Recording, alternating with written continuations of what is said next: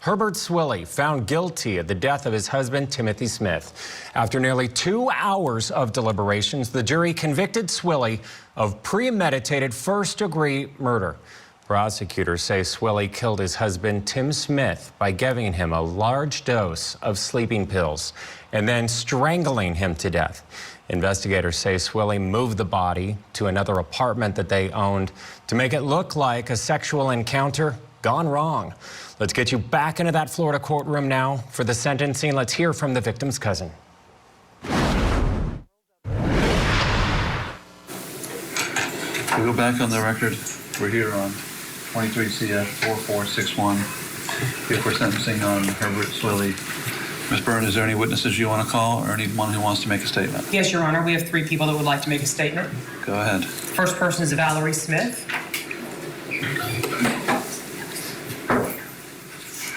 You do have a right to speak. Yes, sir. Thank you. I advise you not to speak.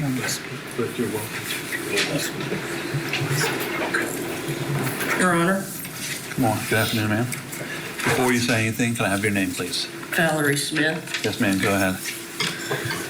It's hard to put a lifetime of love and memories into one piece of paper. But I didn't come here prepared to do this, or I probably would have brought a book. I'm Valerie Smith, Tim and Sandy's cousin. There's a few of us here, and the other dozen or so are live streaming. I'm here to speak on Tim's behalf because he can no longer speak for himself. I feel qualified because the 3 of us were always together growing up. Their dad and our dad were brothers and the best of friends. So every chance we got, we were running through the woods of Dixie County together. And later in life, I always looked forward to family gatherings because I knew Tim would be there. He never missed one. The day that we learned of his death, we were all together waiting on him to get there. We weren't sure if we should eat or go ahead to eat without him because we knew Tim was coming. But he did not. And he never will again. When he entered a room, the joy level would immediately rise. When you would talk to Tim, you and he were the only people in the room. He was like that with everyone. He was so many things to so many people.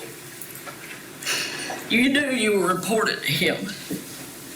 On his wedding day, I tried to let him know how important he is to me. I told him that his bravery and courage to live an open and honest life had led to me finally being able to do the same. We were the same age, pretty much, but I looked up to him, and I love him so dearly. We will miss him every day until we see him again. I love you, Tim. Thank you very much, ma'am. Blake Riles.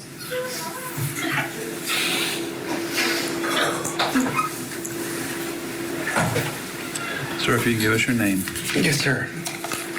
Blake Riles, Your Honor. I'm the defendant's nephew. Or not defendant. Well, I guess you could say that too. But Tim really meant a lot to us. And I just want to say having him gone, it's been hard on all of us. And I want to thank the state and everything that everybody's done and all that's went on this week. It's been so hard on all of us, and I'm glad we finally get to lay Buddy's memories to rest.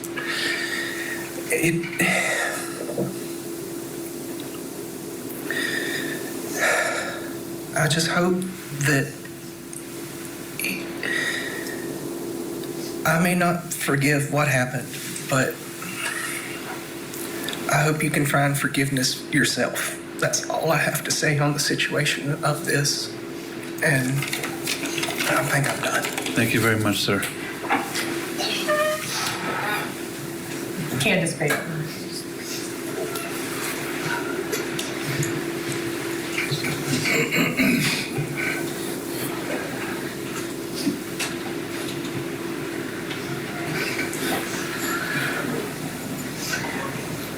And if you could put your name on the record, please. My name is Candace Baker. Tim was one of my best friends for 4 years.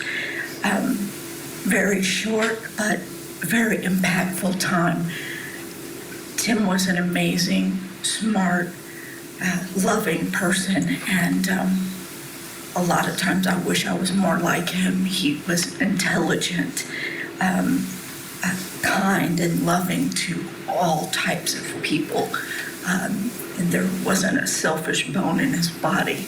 And he was a giving, and he made everyone feel heard and special.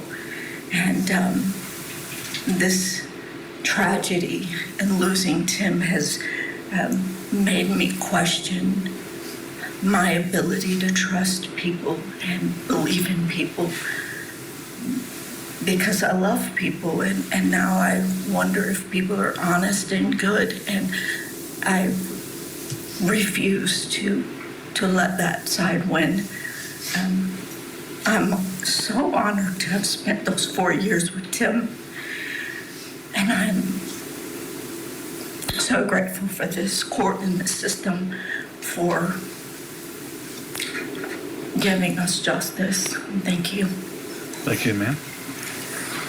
That's all the state has, Your Honor. Ms. Byrne, is there anything you want to add for sentencing? No, Your Honor. Okay. I have, the credit is 686 days between November 3rd, 2023 and September 19th. I get you add 687.